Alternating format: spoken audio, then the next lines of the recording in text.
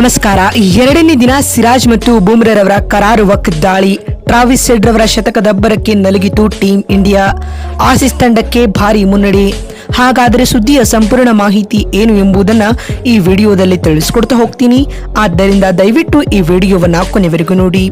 ಆದರೆ ಅದಕ್ಕಿಂತಲೂ ಮುನ್ನ ನೀವು ಕೂಡ ಟೀಂ ಇಂಡಿಯಾದ ಅಭಿಮಾನಿಗಳಾಗಿ ಈ ವಿಡಿಯೋವನ್ನ ನೋಡುತ್ತಿದ್ದರೆ ತಪ್ಪದೆ ಈ ಕೂಡಲೇ ಈ ವಿಡಿಯೋಗೊಂದು ಲೈಕ್ ಮಾಡಿ.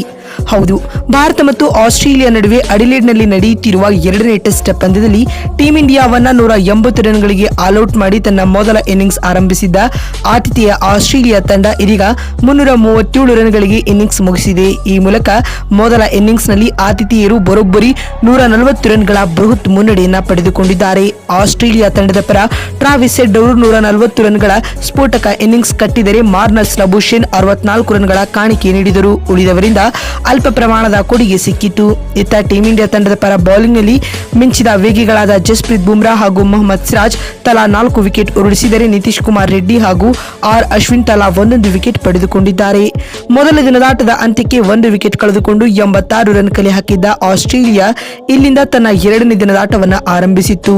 ಎರಡನೇ ದಿನದಾಟದ ಮೂರನೇ ಸೆಷನ್ ಆರಂಭದಲ್ಲೇ ಉಳಿದ 9 ವಿಕೆಟ್ಗಳನ್ನು ಕಳೆದುಕೊಂಡು 251 ರನ್ ಕಲೆ ಹಾಕಿತು. ಎರಡನೇ ದಿನದಾಟದ ಮೊದಲ ಸೆಷನ್ನಲ್ಲಿ ಆಸೀಸ್ ತಂಡದ ಪರ ಮ್ಯಾಕ್ಸ್ ಟೇನಿರ್ ಅವರು 39 ರನ್ ಹಾಗೂ ಸ್ಟೀವ್ ಸ್ಮಿತ್ 2 ರನ್ ಮತ್ತು ಮಾರ್ನಸ್ ಲಬುಶೇನ್ ಅವರ ರೂಪದಲ್ಲಿ ಪ್ರಮುಖ 3 ವಿಕೆಟ್ಗಳನ್ನು ಕಳೆದುಕೊಂಡಿತು. ಸ್ವಿನಿ ಹಾಗೂ ಸ್ಮಿತ್ ರವರನ್ನ ಬೂಮ್ರಾ ಔಟ್ ಮಾಡಿದರೆ ಲಬುಶೇನ್ ರವರಿಗೆ ನಿತೀಶ್ ರೆಡ್ಡಿ ಪೆವಿಲಿಯನ್ ಹಾದಿ ತೋರಿಸಿದರು. ಇದಾದ ನಂತರ ಎರಡನೇ ಸೆಷನ್ ನಲ್ಲಿ ಟೀಂ ಇಂಡಿಯಾದ ವೇಗಿಗಳನ್ನು ಹೈರಾಣಾಗಿಸಿದ ಟ್ರಾವಿಸ್ ಹೆಡ್ ಅವರು ತಮ್ಮ ಟೆಸ್ಟ್ ವೃತ್ತಿ ಜೀವನದ 8ನೇ ಶತಕವನ್ನ ಪೂರ್ಣಗೊಳಿಸಿಕೊಂಡರು. ಅಂತಿಮವಾಗಿ ಟ್ರಾವಿಸ್ ಹೆಡ್ ಅವರು 141 ಎಸೆತಗಳಲ್ಲಿ 17 ಬೌಂಡರಿ ಹಾಗೂ 4 ಸಿಕ್ಸರ್ಗಳ ಸಹಾಯದಿಂದಾಗಿ 140 ರನ್ ಗಳಿಸಿ ಸಿರಾಜ್ ರವರಿಗೆ ಬಲಿಯಾದರು. ಉಳಿದಂತೆ ಮಿಚೆಲ್ ಮಾರ್ಷ್ 9 ರನ್ ಗಳಿಸಿ ಔಟ್ ಆದರೆ ಅಲೆಕ್ಸ್ ಕ್ಯಾರಿ 15 ರನ್ಗಳಿಗೆ ತಮ್ಮ ಆಟವನ್ನು ನಿಲ್ಲಿಸಿದರು.